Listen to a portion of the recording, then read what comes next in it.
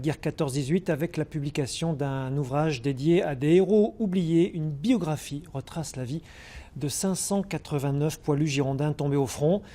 Un travail colossal réalisé à l'échelle de 16 communes du Cubzaguais grâce aux archives des mairies et à celles des familles des soldats dont les noms figurent sur les monuments aux morts. Guillaume Dequet, Nicolas Pressigo. Le fier coq français est l'un des symboles les plus utilisés sur les monuments aux morts qui ont fleuri dans les villages à partir de 1921. Ces statues font partie du paysage, mais les noms gravés dessus sont tombés dans l'oubli. La mobilisation avait pourtant été sans précédent. En 1914, il y avait 813 habitants dans la commune de Saint-Laurent-d'Ars. Une centaine d'habitants ont été appelés, une centaine d'hommes sont partis à la guerre entre 14 et 18.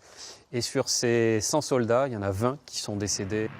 La France compte le plus grand nombre de tués dans la drôle de guerre. 1 450 000 morts, encore plus de blessés graves, soit 30% des hommes en âge de travailler. Cet été, nous sommes allés retrouver son lieu d'inhumation au nord de Reims. Ces passionnés d'histoire du Cubzaguais ont pu retracer le parcours de chacun des soldats de leur commune, tombés au champ d'honneur. C'était pour certains relativement simple, les fiches, pour d'autres beaucoup plus compliqué, parce qu'il y avait moins d'éléments.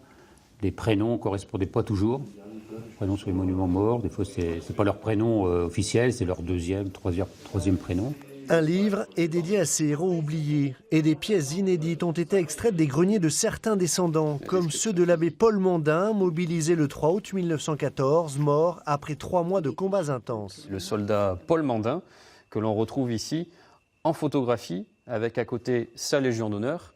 Un soldat né dans la commune d'Auby et Espessas, au nord de Saint-André-de-Cubzac, qui a laissé jour après jour une correspondance à sa famille.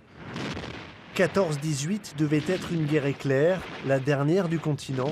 Le travail de mémoire vient justement rappeler le prix payé pour cette illusion. Une image en